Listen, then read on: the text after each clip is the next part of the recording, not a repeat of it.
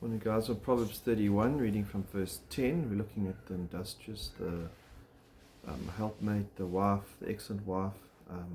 Earlier in Proverbs, we said, if you find a good wife, you find a good thing, an excellent wife. And so we're looking at the virtuous woman. It is a poem, starting with different Hebrew letters in each verse. But it's also something that every woman or every wife should to try attain to. It's a very, very high standard. But let's look at from verse 10, an excellent wife. So it's someone of high quality who can find. Her worth is far above jewels. So more than money, more than riches is a good wife. And then he goes on to say, the heart of her husband trusts in her. So the first thing is that she's trustworthy. And so if when you get married and you become one, you need to, like, for instance, share everything. So you share the money, the bank account. And so if you can trust your wife with your own bank account, she's trustworthy. Unfortunately, many marriages have separate accounts because they can't trust their wives. The wives go out and buy take-a-lot and buy this and that, and the next minute there's no money. And so you need to have a trustworthy wife. And if you are a wife, you need to be trustworthy in every aspect, not only with the money. And he will have no lack of gain. She is the helpmate. She's there to support him. And Titus, it talks about philandros, a husband lover. And that's where the trust comes in. He is trusts her like a best friend. And there's no gain, there's no lack of gain in his life. She does him good and not evil all the days of her life. She looks for wool and flax and works with her hands and delights. So she's an industrious worker. She's looking for opportunities. She's a hard worker. She's not sitting at home, although her home should be her base. She's not bound to a home.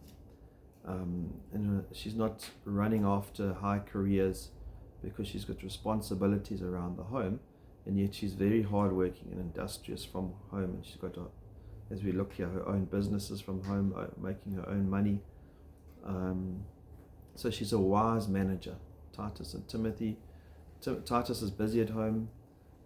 Timothy says she's the manager of the home. She is like a merchant ship. She brings her food from afar. That's verse 14. In other words, she's not bound in the sense, although she's got children and a husband to care for, she's also industrious in the sense that she's looking for opportunities. Her husband's not forcing her to stay at home. He's allowing her to go out like a merchant ship and buy from afar. She's looking for land. She's looking for opportunities to provide for her family. Verse 15, she rises also while it's still night and gives food to her household and portions to her maidens. Every part of her house, she's looking for ways of providing her family, her husband, those that are working around, those that are coming into the house. She's hospitable. Verse 16, she considers a field and buys it. From her earnings, she plants a vineyard. And so she's making different business opportunities.